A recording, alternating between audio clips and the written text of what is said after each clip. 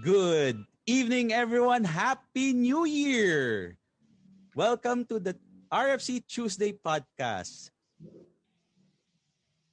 So, magandang salubong. Handog namin sa inyo ngayong 21 ang title ng ating first episode. You know, guys, being in the financial services industry, we all have earned wisdom last year that should catapult us to be better prepared for the future. We call these stepping stones. And something new that will be happening for all of us in the podcast, mag-iiba po tayo ng konti ng format. Kung dati every Tuesday meron tayong podcast, we are now shifting to every second and fourth Tuesday of the month. That is why it is important for all of you to follow us on Facebook. The episodes now will be pre-recorded and will be broadcasted through different platforms aside from Facebook Live. We're hoping na mas marami tayong ma-reach na mga members ng RFC na meron kasing iba nagsasabi hindi raw sila wala silang Facebook account. So, Andre. Right. So, as per usual, we want to thank our backers. In this case, the show is powered by the IARFC PH, the Philippine Association of the Philippine chapter, basically, of the International Association of the Registered Financial Consultants. The IARFC PH is an association dedicated to the craft of financial consulting, and it is the sole organization authorized to conduct the RFC conversion courses, as well as continuing education in the field of financial consulting. We are your hosts. I'm Andre Michael Obieres, a registered financial consultant and a stockbroker. And I am Kuya Ryan Daes, a registered financial consultant, chartered wealth manager, and registered estate planner. And I am Coach John Dizon, a registered financial consultant and a life coach in NLP Manila. Ayan. So to jumpstart our year, Happy New Year again, everyone. Yan, may nakikita na ako, nagka-hi sa atin. Ang dami na. Diba? Ang dami na. Oh my gosh.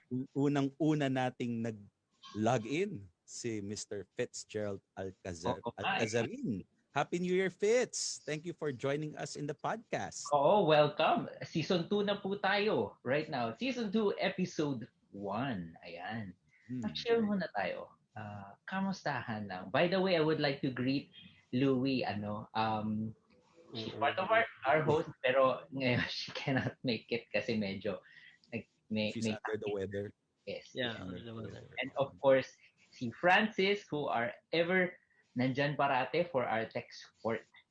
Tama ba? Ever reliable, Francis. Oo. Yeah. And of course, si Miss Grace. Hi, Miss Grace! Hi, Mother! Mother! Yan. So, kamusta ba? Is there anything, guys? By the way, our viewers, feel free to chat. On my left side, nakikita ko yung mga inyong So, Louie, ayan. Feel free to join us in our conversation for tonight. And kamusta rin ang inyong mga year? Let's start with you, Kuya Ryan. Kamusta ba ang year? And are you looking forward for something this year? Well, I guess with what we experienced last year, I think many experienced rock bottom, and I don't think there's no other way else to go but up, di ba? So, medyo hard yung nangyari last year, especially we've been hit by the 3 Bs. What is that? Yung 3 Bs. Una, bulkan, di ba? Sumabog yung bulkang Taal. Right. Next, B, binagyo tayo. I don't know kung alin yung nauna, pero tumama yung dalawang yon. Ano yung pangatlo? What do you think?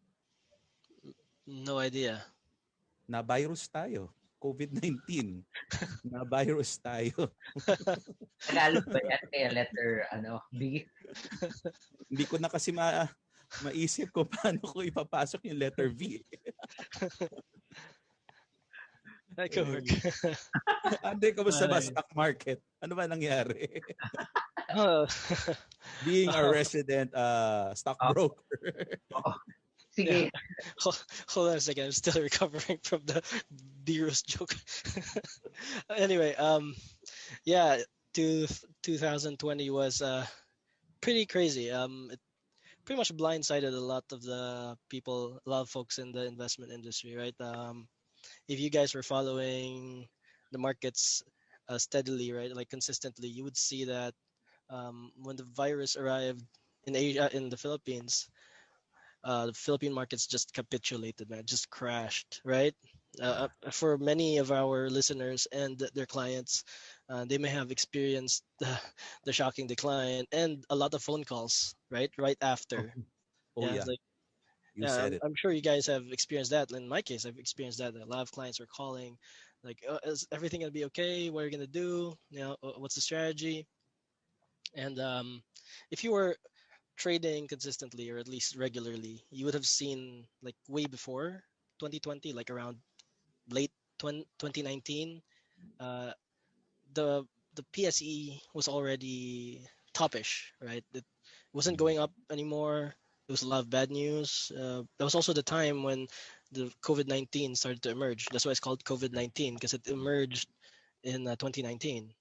Uh, the stocks weren't exactly pushing up as much, so yeah, if you were tracking it consistently, you would have seen it coming, uh, or at least if you were lucky enough. Anyways, the market capitulated in March before it recovered. It gradually recovered over time as the situation improved. Uh, with the lockdowns, the infection rate started to slow down, right? The PSE, or at least the PSE index, ended the year down 8.64%. But it's not so bad considering that if you would compare it with inflation, inflation was pretty low last year. It was what, 1.2, 1.22%. Wow. So if you had a different strategy, or if you reduced exposure in stocks way before the crash, then you could have at least done better than inflation, right? Mhm. So it's not so bad considering that we've passed the nadir, or we've passed the bottom. So parang tama rin yung sinabi ko nung earlier, Andre, no? So parang there's nowhere to go but up. Although, syempre, depende pa rin, tama? Yeah, yeah. It of course it won't be a straight line up, right? Oh yeah, definitely. Hindi We still naman have a lagi. lot of right. We still have a lot of things to deal with, and with Philippines, our country largely being a service-oriented uh, economy, it's going to take a while, right? Our airline sectors are still going to be hit, uh, especially when they didn't really do a lot of financing this well last year, unlike some other airlines. It'll take them a while to recover. And then there's the travel sector, right, with the lockdowns and the restrictions, making it hard for people to actually tourists to come in. And then other services will also have a hard time, right? Like food service, they can't exactly pack their restaurants at full capacity. So Oh a lot yeah. of businesses are still struggling. It'll still take some time. um, you could pretty much imagine it as more like a staircase recovery, like up a bit and then Yeah, uh, sideways and then up. sideways and then up a bit, slower climb basically. Huh? For as long as it's slowly but surely, diba? Yeah, Right, right. Speaking of graphs going up, we want to thank you again for our viewers. Ang dami nyo actually pinapanood ng mga episodes namin. We would like to thank you. We would also like to thank you mga live viewers natin ngayon, di ba? Excited ako ngayon na dami natin pag-uusapan. Yung pag-uusapan natin are very applicable things. Remember viewers that you have the power to even choose kung ano yung maganda, kung ano yung angkap para sa inyo, para yun yung mailatag namin all throughout this season 2. So just feel free to just chat in the comment boxes. Feel free to, ayun, if you can email us, you go ahead and email us. But before we get there, we would like to thank our live viewers muna, greet you before we go to yung mga bagay na na-apply namin sa sarili namin. Ayan. Sino-sino ba ang nandyan, Andre? Si Richard Nasuga, yung isa sa ating mga bagong RFCs, newly Ay, minted. Cum congratulations. laude si Mr. Richard Nasuga. Wow. Hindi Congratulations, Richard, ah. hindi madali yan maging cum laude. it Hmm. takes really time and energy to do the work. Yung thesis natin, di ba? Oh yeah. And Oh. ayan, si Fitzgerald. Of course, hello, Fitzgerald. Ayan. Tapos, by the way, sabi ni Miss Grace, andito rin daw si Tita Faith. Would Oo, like to Tita say Faith hello. Rivera, di ba? Ang Yeah. kanyang kakambal. Oo. Si Hi. Miss Mirasol Benitez Santiago is also logged in. Hi, Miss Hi, Miss Marafil. Mirasol. Sir Richard Tasuga. Hello, hello. And also Miss Cheryl Memihe. And then there's Sir Leopold Joseph. Okay. All right. And we want to talk about something applicable. Mm-mm. Hindi lang yung puro head knowledge tayo. Sa tinamaan ba kayo? Kamusta ba? If there are things that you can do differently this year, ano-ano yung mga yon? I would like to start kay Andre muna since you were the one who gave us all the stocks. You are a resident. Ayun nga, ikaw yung madami namin kahit offline, ikaw yung tinatanungan namin. Is there Yeah. anything na you would do differently just because of what happened last year? Well, like I said, last year was quite an interesting year, right? It was what do you say? It did blindside us a lot. Like a lot of players in the investment industry were blindsided, especially with the abrupt crash. Ay. But in my case, what I wish to have done differently or at least better was that I should have spent more on myself. Because have you guys heard of the love language? Like Gary, how what was that? Sorry, John. this is by Gary Chapman. Tama ba? Yeah, I think that was by Chapman. Basically, love language is how you express your love, right? In my case, I'm more of a love language.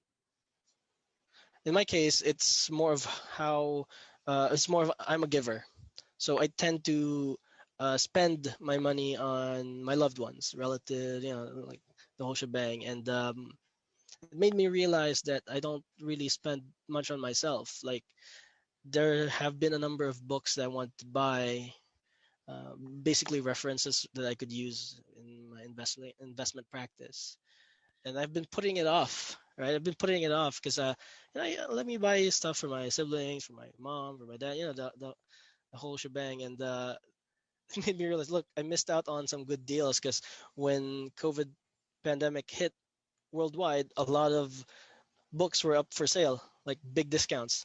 And I'm like, oh, I missed that. I missed the discount. Um, yeah, That would have been an opportunity for you. that's for sure. Aside from stocks, you could buy a lot of stuff uh, Mhm. on discount, right? And Mhm. I also miss going out, like meeting my friends, because you're stuck at home, working from home, like the entire day to day was just at home. So I miss hanging out with them. I miss eating out. But how I would do differently is that I've been learning some recipes, some new recipes that I cook myself. Cook for myself. But there are some recipes that are kind of hard to do, for a beginner, a complete amateur like me, uh, which made me miss Indian food. I think it's hard to get all the ingredients right. All the ingredients, all the. I really miss that because before the pandemic, you'd usually find me in the Indian restaurant near my office, where I'd grab lunch. So I miss those things. Um, so yeah, cooking at home, yeah, that's something I've been doing differently. Uh, I've spent more time with my family, which I wasn't able to do because I work really long hours. A lot of people think that if you work as a stockbroker, then all your time is what in the market, just like nine o'clock to 3 o'clock, and that's it. That's not how it works. You spend a lot of time doing research, talking to clients. And I end up working 12 plus hours a day.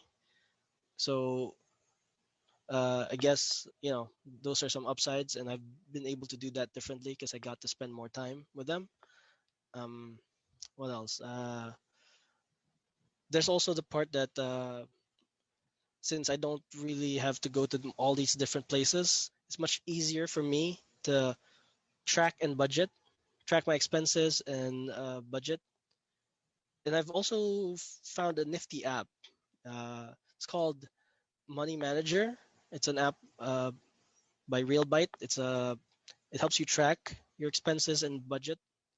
Uh, and this year, I plan to do a tighter hold, to have a tighter hold on how I manage my money. Because of course, we teach our clients all of this stuff. It also pays to practice what we preach. So yeah, that's what I plan to do differently. Right, right. Ang dami kong actually tanong doon, Andre. Hindi lang ako makasingit because I wanted you to take your time. Ang question ko is, I love Indian food. Um, Oh yeah. I love Indian food as well. Ano yung pinaka na-miss mo sa Indian food? Oh man. It has to be curry. It has to be the curry. My favorite curry is uh, the tofu spinach curry. Uh, and that's my favorite. I almost always order it. Uh, Also miss the samosas. Yeah, yeah. Yeah, those are great too. And of course, I also love. I basically love all the kinds of curries they have.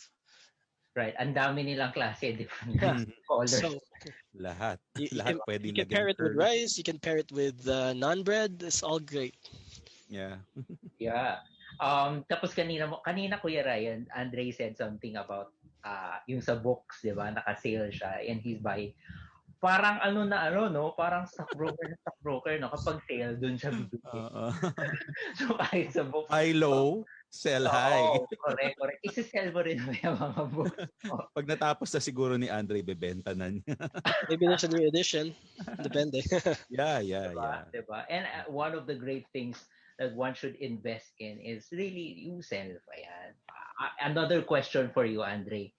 You said na you should spend more on yourself. Meron ka bang nung 2020 yung pinakamagandang bagay na nabili mo for yourself? That's a good question. I think I think the best thing I bought for myself was it was more. It was not exactly a physical thing. It was an app. Ano Um. Uh. Well. What do you call this? Just give me a second. Forgot the name of Okay. the app. While you're looking for the app, let me share lang yung mga love languages ng mga ating mga Grabe viewers. ah. Louis Bar. Nag-emerge yung love languages ah. Of Yeah, course. that's an interesting topic actually. Go, Louis coach. Louis Bardes giving love language is words of affirmation. Actually, sobrang lakas niya dito. Madalas siya I love you. Wow. And her receiving is quality time. Ayan. When you spend quality time, na-appreciate niya yun. Kay Miss Grace naman, words of affirmation. Gifts. Ay, lahat ba to? Lahat. Actually, lahat. Lahat. Pinakyaw ni girl. Oo, ni Miss Grace. Kahit mafe-feel niya yung love. Ayan. And her children love Indian food as well. Ito ba yung spicy? Ang daming spices kasi pag Indian food eh. Oh yeah, rich in spices. Ikaw ba, Kuya Ryan? Gusto mo ng Indian food? Actually, seafood diet ako eh. Seafood diet. Oh, when I see food, I eat it. Right, right. So, any type of food. Any type of food. And Andre Adventurous knows ako. how to cook. So, any type of food will be there, Andre. Mm-mm. Did you find your app? Pag Yeah, nagkaya si actually, Andre, actually, papatulan it's ko yan. 2 apps. Okay. The first one is called Math Brain Booster. It's basically gamifying, math. Because you see, in my day job, when I do trades, uh, Quick I have calculation yan, no? you have to calculate real fast, and Mm. the app Math Brain Booster, if you pay the pro, just a few hundred pesos, you get to have the full suite, the full the whole all of the possible features, and it helped me train so I could at least when I do some trades, I'll at least do some math a bit, just a bit quicker than before. And then the second one is more leisure. It's Netflix. Uh, Most of you guys already have it, most likely, right? Yeah. But I only got it last year because I don't really have that much time for that stuff, and then it made me like, yeah, there's a lot of interesting shows. And then K-drama. no, not that much. Billions, yeah. Have you guys seen Billions? You know, Oh, um, not Napanood yet. ko na yun, oh. yeah, Maganda it's yun. a show basically where there's a hedge fund billionaire, Bobby Axelrod, who's facing off with U.S. State Attorney Chuck Rhodes. So it has an elements of finance and law and stuff, and I find it interesting. Mm. Other shows also, I love anime, so there's that. Um, and documentaries, and there's a lot of shows in Netflix, amazing. And it's just a small subscription per month, and you get so much content. Yeah, It true. Right. it helped me unwind, it helped me relax, and a lot of Mm. people may not consider it, but that's really important when you're faced with a lot of pressure at work, a lot of pressure in the markets. Mhm. Sometimes you need to do that so you don't burn out. Oo, nakakatuwa nga eh. Yung app na binili mo is about ano rin, numbers pa rin. The Yeah. first the first Sharpen the one. saw, no? Right. Ako, Francis also shares na quality time yun sa kanya. Ayan. And Sir Richard Tasuga just had his samosa. Oh ng wow. inggit, Oo. ng inggit si Richard. Kakainis. Can send one to us. Just kidding. Ayan. Billions. Ayan. Francis watched that show as well. Pero matanong lang kita, Coach John, ikaw, how would you do things? How can you do things differently? 'Di ba may learnings ka rin naman from last year? Actually, doon ko naramdaman, no, yung during the what happened nga, doon ko naramdaman yung value ng emergency funds. Kasi me as a salesperson, syempre, nagbebenta ako sa mga tao na biglang nag-stop yung income. So, Mhm. saan ako hahanap? And then, we usually do things in person. So, pinupuntahan ko yung mga tao, ganon. Paano yun? Kasi, di ba, magkakahawaan kami. Ayaw naman namin yun, di ba? Correct. So, there was a time na talagang nakat. Okay? And dun super, super valuable ang emergency funds. Dun ko ramdam na parang, I thank God, nabuti na lang may emergency funds ako na naitabi. Really, ayun yung pinipreach natin eh. So when we do practice what we preach, we get to benefit from that. Oh yeah. That's True. right. Sinasabi pa, di ba, 3 to 6 months. Now, ngayon, because of what happened, 6 to 12 months na ang sinasabi. Especially if you have family. Buti nga ako single pa. With Kuya Ryan, I think, mas lalo na, di ba? So, di ba, sakit sa ulo yun. Parang, saan darating yung money? From the word itself, emergency funds. Mm-mm. We can use it during times of emergency. That Na is a parang huge, ganyan ka lang. huge thing for me. Tama yung That's one. sinabi mo.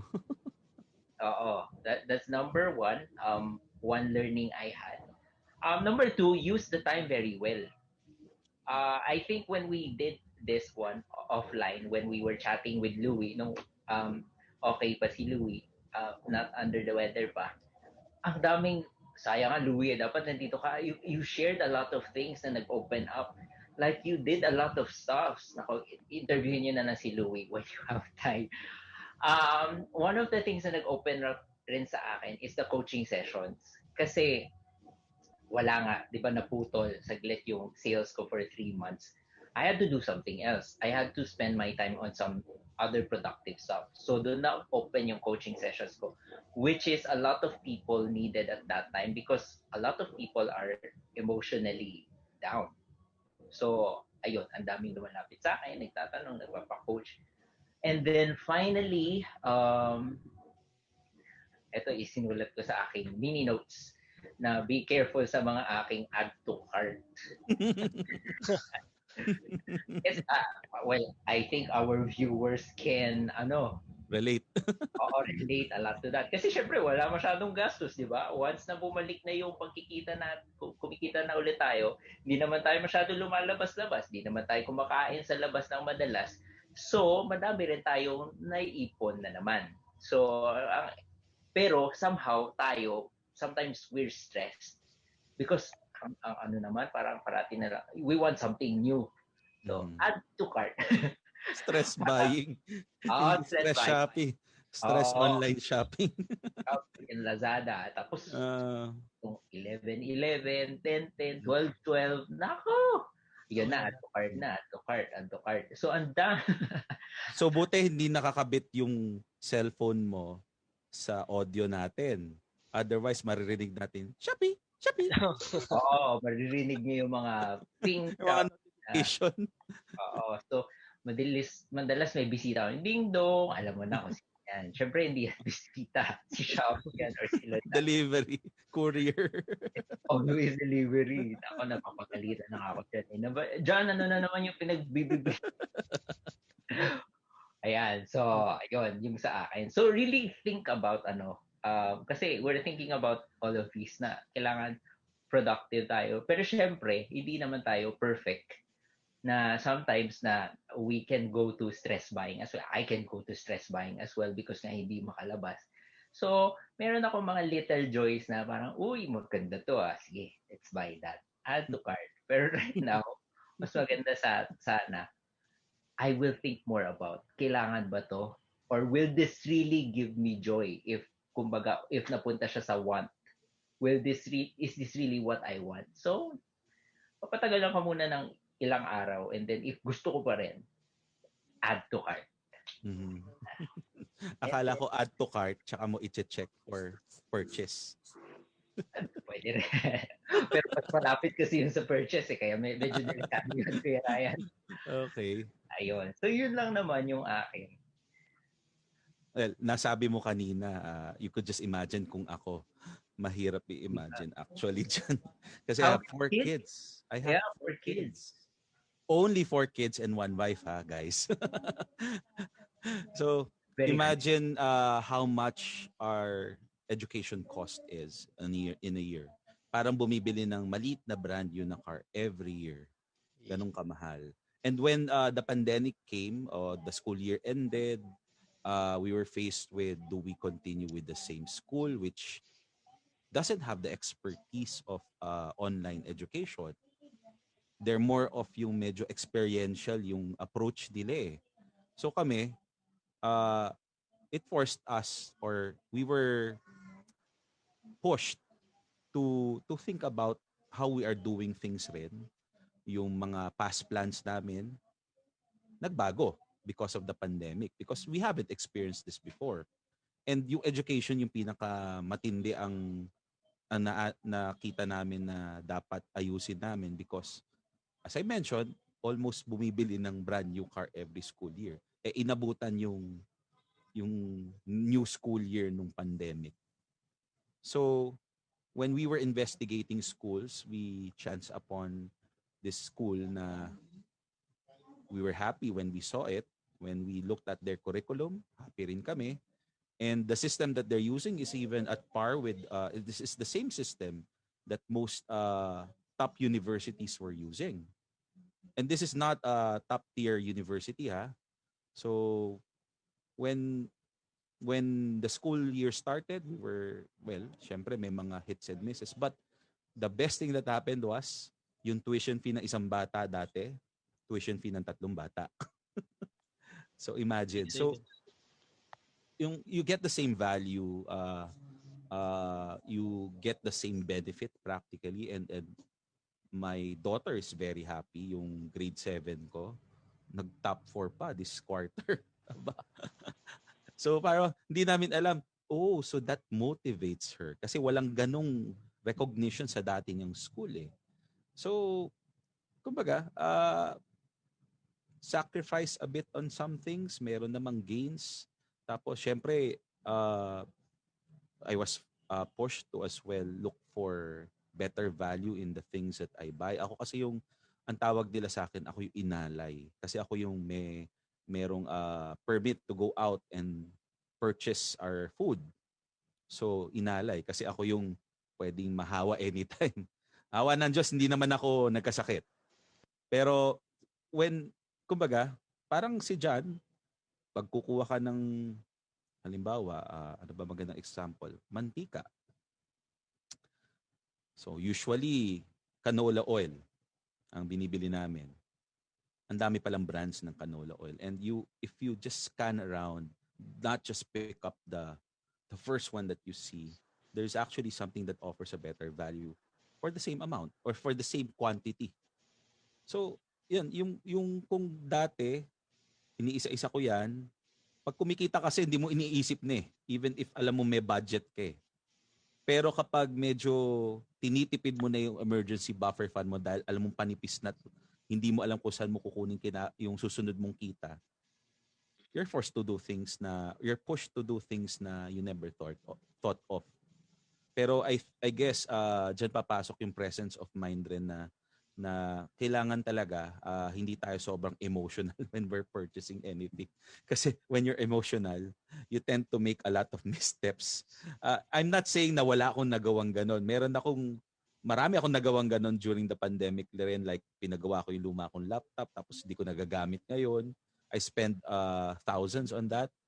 Tapos nasaan yung laptop? Sayang, di ba? Could have used it to get something else perhaps or use it on something more valuable na or something worthwhile na mapapakinabangan. So, mga ganong stuff, yun yung natutunan ko and I guess coming out of this pandemic, hopefully, na matapos na, yun yung may apply ko ngayon sa sarili kong buhay even when I talk to my clients. Those are some great points. Wow. Nag-comment kasi si Miss Girl.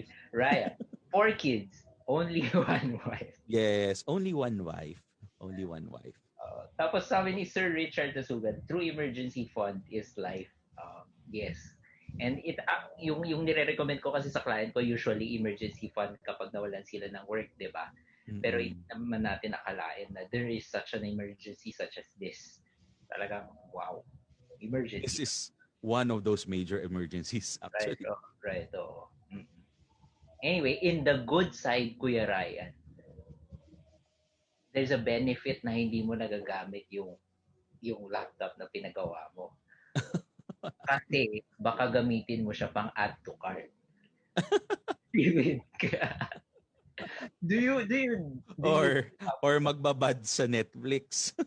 Oo, di ba ma-waste yun. Pero kay Andre naman, very beneficial siya kasi it's his way to relax. Kailangan niya yun.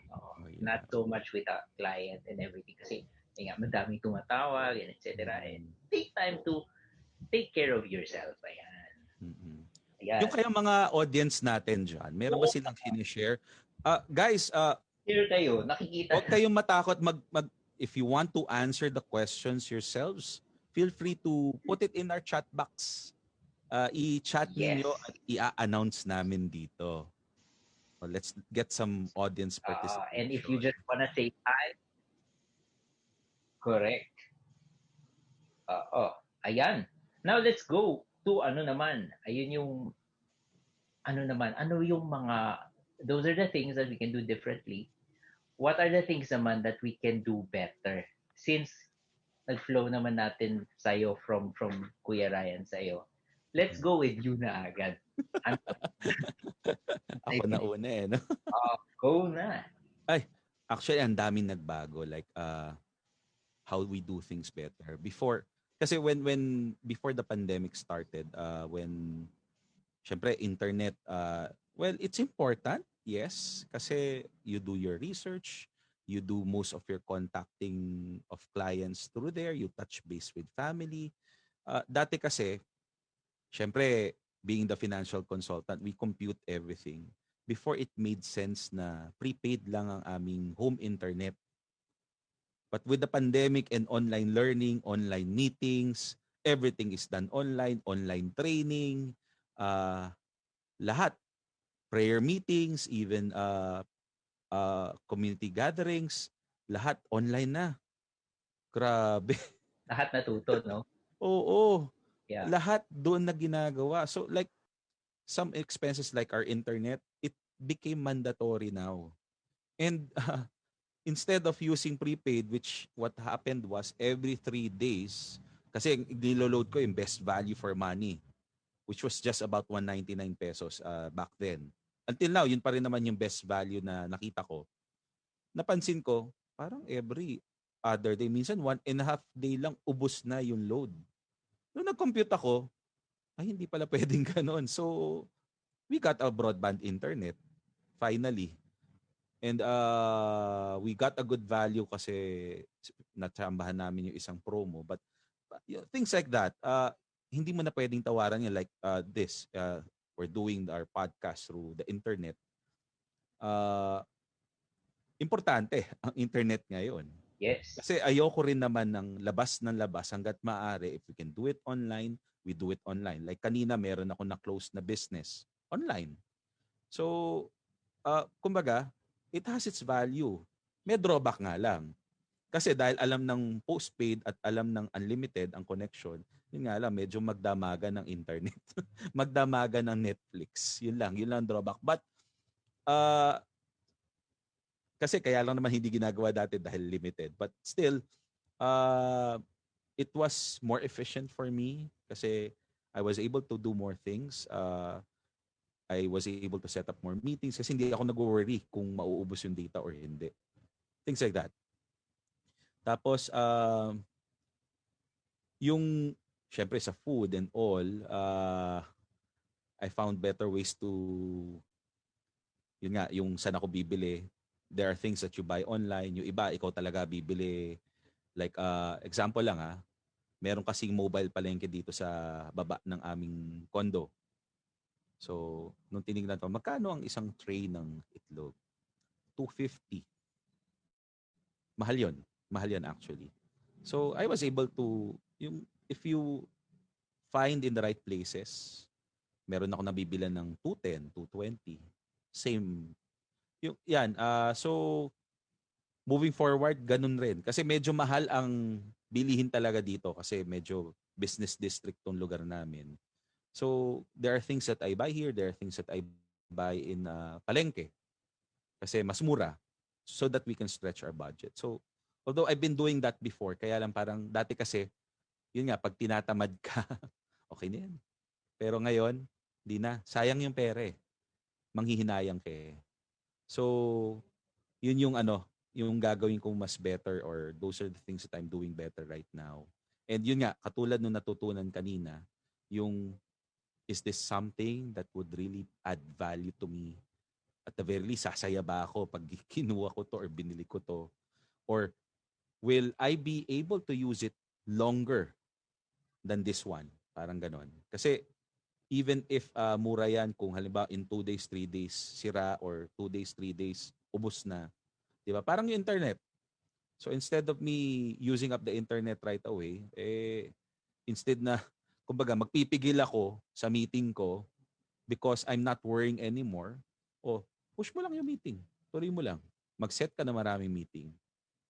So, ayan. That's hopefully what I would do better. Yung management ng, kumbaga kasi ngayon nakita ko talaga na yung concept ng planning natin sa RFC, sa cash flow management, it really does work. It really does work. Right. Oo. Basta i-apply, no? Mm-hmm. Laking, especially with you, kasi for kids, one. You really have to emphasize that. Diba? Oo, kasi siyempre amplified lahat sa iyo eh. Kasi ikaw yung aasahan ng mga kids, especially, di ba? Hindi naman sila pwede mag-work. Oh, Laking, yeah. actually, yung kanina At saka yung... bawal silang lumabas. Bawal Exactly. silang lumabas. Pag pwede ba, patatrabahuhin mo ba? Ay, hindi rin naman. Oh well, kung may YouTube channel sila, bakit hindi? Pwede. Susuportahan ko yan. Yung YouTube channel na kumikita. Right. Oo. Actually, laking ano sa'yo, no? Yung 3 na tuition fee, naging Oo. parang ganun yung... Oo. Yung tuition fee ng isang bata, pang tatlong bata na ngayon. Oo, malaking luwag sa bulsa noon, di ba? Oh Yan. yes. Oh yes. Anything else before we go to Andre? Kuya Ako, Ray? Mm-mm. meron pang isa. Maganda rin prepare yung anak na makapag-aral sa isang state university. Malaking bagay yun. Malaking tipid yun. Kasi right now, walang tuition fee ang mga state universities. Wow. So how do you prepare them? In a short, ano lang? Dapat bata pa lang prepare mo na. Kasi pag hindi nila magustuhan yun, wala kang magagawa eh. You mean by studying? Well, more of syempre yung study habits, kinakausap mo na rin yung bata. Parang ang investment mo yung habang maliit sila. So kung hindi makapasa ng state university ng high school, sige, try again. Kasi may mga government schools like Pisay is okay. Yung mga science high school, if that's their expertise. Of course, kung hindi, wag ipilit kasi naman kawawa rin, di ba? So, things like those, we prepare them for, I have friends, ito, hindi ko personal experience to I have friends naman in this area, ang ginagawa nila, sa sports nila prepare. Kasi pwedeng scholarship yon. Or sa art, halimbawa yung talent. Kasi may mga universities na who accept students through talent. Diba? Artworks or perhaps playing a Or, musical instrument, things like uh, that. So, pero mas maganda kung merong mag-sponsor ng scholarship. right, oo. Mas maganda yung sa'yo. Oo. Kaya minsan pag nagbibiro ako, baka gusto niyo mag-donate sa Daes Children Foundation. Saka it says a lot kapag nakapasok sila, syempre. Di Oh ba? yes. Oh, Yung yes. future nila parang ano na agad dun. Di ba? Mm-hmm. Right. Aren't you guys getting a lot, yung viewers natin from Kuya Ryan? By the way, just comment down in the box below. Kasi remember, our future sessions will be pre-recorded already. Pero we'll still take a look at your comments sa comment boxes namin para if you have, if you, for example, ang ganda ng mga pinagsasabi ni Kuya Ryan, more on sa pang parents. If you would like that topic to have that, pwede kami magkaroon ng session na parang for Kuya Ryan. Daddy Ryan, tip and trick. Ganyan. Okay. Shall we go to Kuya Andre? Kay Andre. Nahang up sa kuya. Kasi daddy ka na daw eh. Daddy Ryan. Yeah. So yeah, promoted na. Oo, na-promote na. Ayan, Andre, how about you? Well, in my case, it's not as profound the changes. No, where you know Kuya has made some really great points, like about how you become more value conscious, right? When you buy stuff. In my case, it hasn't changed. I've always been like that. The one of the major things that I think that I can do better this year is, uh, well, learn more, right? In this case, in my profession, uh, when I make investment decisions, it's always discretionary, right? The decision making is on me. It's not systematic. It's not, it's not like what our special guests last season, the AI topic, right? Where they would use a system, a set of rules to make investment decisions. And correct me, correct me if I'm wrong, but the returns were pretty good, right? Like last year, we were up what 30+%. Amazing, Yeah. right? Amazing. Oh, correct. Amazing. In my case, I would like to actually learn more about algo trading. Using algorithms, using system-based rules, or basically programming in how to allocate the money. I think that's one way to diversify your portfolio. Uh, Traditionally, when people say diversifying your portfolio, they would be saying, "Oh, just buy X number of stocks, like 30 stocks, blah blah blah," right? Or buy stocks and bonds, and then real estate. So you got a diversified portfolio. But my research, especially in last year's event, last year's pandemic, pretty much show that a lot of our traditional assets have multi correlations. All of them are pretty much correlated with each other. And when stocks collapsed, so were real estate in the form of real estate investment trusts. Uh, what else collapsed? Bonds also collapsed. Mhm. Gold. You'd think that gold would be, insulated, but it's not. It also collapsed. Um, did some would say, oh, let's put some money in cryptocurrency because it would also be insulated. Actually, when the pandemic, blew up, even Bitcoin collapsed. So, where do you put your money, right? How do you allocate? And it turns out having a different strategy, a different approach in the markets is also a different way to diversify. And that's what I learned from our very special guests. I hope to actually have them again in our podcast, right? To talk more about how they would, Oh yeah. yeah, right? Be great to have them again. And I actually want to do that this year, learn more about programming and how to implement that in my investment practice. Aside from that, I'd also want to be more consistent with my column. For most of you don't know, I actually have a column at Palawan Daily News. Uh, Oh, now we know. Now you know. Uh, Aabangan na namin yan, ah. yeah, I should write every week, right? But given the demands of our work and family and education, self-study, and a lot of other stuff, sometimes we put that in the back burner and then we end up forgetting about it. And this year, I want to be more consistent, right, in writing a column. For many of you, I'm sure that writing also helps you uh, think better, or at least helps you process your thoughts. And I also want to do that. Another thing is related to that is should say no more often. Like you said, John, in terms of time management, right? And because we are working from home, the problem is it's easy to take a lot of projects because I don't have to worry about the commute. Right before, I would spend about what 3 to 4 hours a day driving. So now, with the fact that I'm working from home, has made it easy for me to say yes. Yeah, I'll do it. I'll do that. But this year, I'm gonna say no more often. I want to deliver quality instead of quantity. So that's what I want to do. And lastly, get a green screen. You guys see my background and my shirt, same color.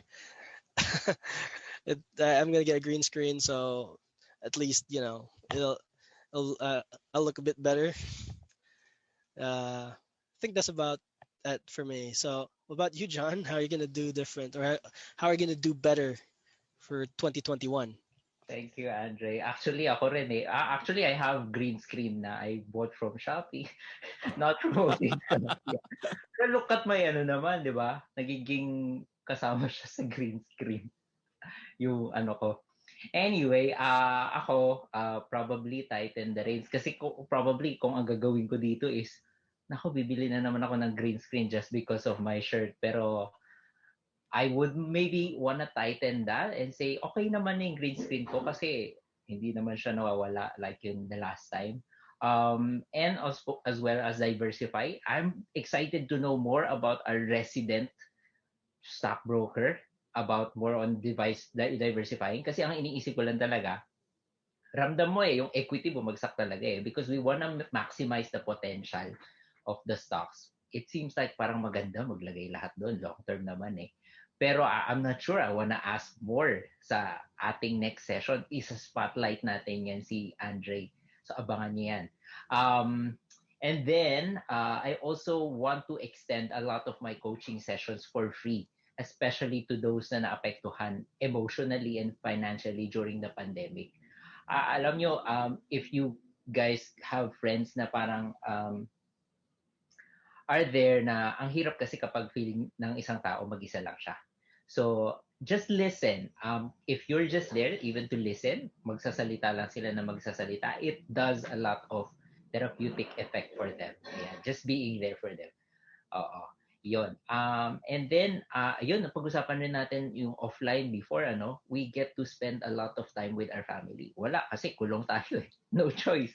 But actually, that one is a very good thing then, di ba? It made the family even more closer, di ba?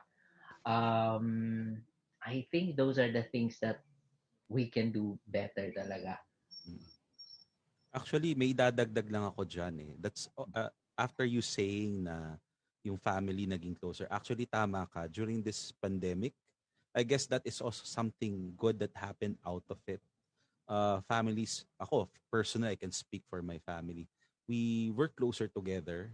Kasi, like before, 'di ba, lagi nasa labas, traffic, late na nakakauwi, maagang aalis. So, madilim pa lang, hindi ka na nakikita ng bata. Pag uwi mo, madilim na, 'di ba? Now, we had more time for each other. We had more time to pray, actually. And siguro, yun yung medyo advantage ko as a family man, having my family with me. Kumbaga, mas nakilala ko yung bawat isa sa kanila, deeper, of course. Kasi in the thick of things, sometimes there are things that you forgo in the hunt of career, 'di ba? Yung mga requirements ng family. But getting to sit down, yung nakakausap mo sila before mag-class. Kasi dati, magpre-prepare ka, hahatid mo, hanap buhay na. Ngayon kasi, prepare ka, o sige, may time kayo kasi walang biyahe eh. And mas may pahinga ng konti ngayon. Well, for me at least. Kasi I don't have to wake up as early as before just to prepare. So now, everything is done just in time. So we had more time for prayer. Nakapag-grocery kami regularly. We have this activity in our community which we call Lord's Day, which we are able to do consistently every Saturday and Sunday. So it brings us to a better perspective kasi uh, doing those things regularly, it sets you properly when you start or end the week. Eh. So, yan, I had more time to pray myself. Yun pa, mas nakakabasa ako ng Bible. So, uh, nahirapan, yes. May mga masakit na nangyari, yes. But I guess there are more good things that came out, especially yung mga shinare nating learnings, di ba? So, maganda, maganda. Marami pa tayong magagawang maganda if we just stop and listen. And yan, talking to someone, di ba? Coach Jan. Yeah. Yeah. Alam naman natin yung kasabihan na the family is the basic social unit of society, di ba? So parang ang pangit naman that we are looking and searching for work out there, earning a lot of money. Pero pagbalik natin sa bahay, hindi natin kilala yung anak natin or probably meron attitude na hindi natin na disiplina na hindi masyadong mapapansin. nadala nila hanggang paglaki nila. Diba? And even though yung sa setting mo is sa family, sa amin naman is ako yung children. Meron pa ring mga dynamics yan. So very interestingly, there are somehow, meron din mga times na friction. I would encourage everyone na kahit na may friction, get to know bakit na dun yung friction in the first place. Might be is magkaiba lang talaga yung binavalues nyo personally. But these things when pag pinag-usapan ninyo can be worked out naman. At the end of the day, mas magkakakilalan pa kayo. Biro mo, ang daming benefits na nagawa nun, di ba? So actually, one of the great things na nangyari talaga is somehow it united families together more better. For those na force quarantine with their family, na kahit na may friction, work at it. Kaya yan. Yan. Andre, how about you? Well, yeah, those are all good points, and I agree. Uh, one of the clear things here is that you'd expect that because you're at home, your relationships would deteriorate, especially with people outside of your family. I mean, for both, as you guys have mentioned, that we've gotten closer with our families, and that's true. Same for me. In terms of my friends, and I'm actually surprised that it hasn't changed much. Although we don't see each other in person as much, we still communicate online, and I guess that's one of the clear benefits or the blessings that resulted from the internet age is that it's much we can still see each other, right? Can you Correct. imagine like what 20, 30 years ago was that even possible? I mean, Right. it's like science fiction, like something you'd see in what was that movie again? Back to the Future, right? When they were making the calls, like what we're doing now, like video calls. It was just science fiction before, but now it's doable. Right. And it, I guess that's also another thing. It made me realize, this internet thing is great. Mm. Uh, like we can maintain our relationships, friends, clients, extended family. Uh, Yeah. yeah, Even basically that. face to face, di ba? Hmm. Ayun. Ay, grabe. 5 minutes na lang pala tayo. Oh wow, Ang time bilis, flies. no? Time flies. Uh, guys, share lang kayo. We would be seeing all of your comments. Binabasa po namin yan so that when come next session, pwede namin kayong batiin from them. And yung mga topics na gusto nyo, just remember to comment it in the comment box below. Ayun, and make sure to like our page so that you can makita nyo yung mga latest news namin. Ayan. Kuya Ryan, do we have any Oh yeah. announcements? Yeah, by the way, yan, since we are pre-recording the next episode, so we have to know what the topic is. So Yes. we'll be talking about how with all of these learnings in this episode, kumbaga, how do we practice that now? So how can we obtain surplus from our income? The holy grail of Oh, financial planning, 'di ba? Kasi kung wala tayong surplus, wala tayong pag-uusapan about risk management, investment planning, education and retirement planning, and even estate planning kasi wala kang mabibuild na estate eh, 'di correct. ba? No, sir. So to me, it's the holy grail of financial planning, of financial security. You may surplus income ka. For as long as you have a good amount of surplus income, you can build wealth. You can create wealth. You can protect wealth. Kumbaga. So that will be our topic. So guys, please do not be afraid to share Yeah. something about this, ask questions para we can put it on the next episode of our podcast. Oo, to add lang, Kuya Ryan, you can actually, for our viewers, you can actually request that you make yourself anonymous. For Mhm. example, you would like to ask, paano, Sir Ryan, kasi talagang isang kahig, isang tuka lang talaga ako. Is there any way na magkaroon ako ng extra for the surplus? Ayun, yung mga ganong question, Mm. diba? I-address natin 'yan. I-address po Mm. namin yan. You don't have to divulge your identity. Yeah, we can Oo, keep you anonymous. oo. Parang si Anonymous Cricket, di ba? Sino yun? Anonymous Cricket yung sa ating Google Docs, di ba?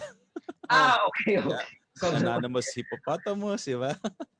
Yung mga animals. Okay. Uh, Yeah, oo. Kasi the goal of this podcast is to really help Filipino people, uplift you. Whatever we can do to uplift. Kasi nandito rin naman kami, di ba?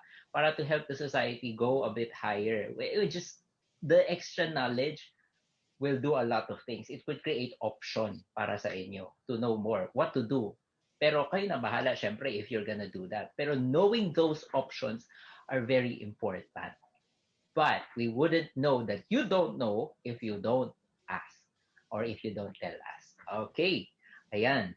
Um, our guest for that, abangan nyo. Madalas nyo silang Nako. nakita. Oo. Mm. Very excited for that. Are you excited for that, Andre? Yeah, pretty sure. Sino ba coach dyan ng ating guest next episode? Sabihin ba natin? Or is it Just not me though. Actually, one is Andre.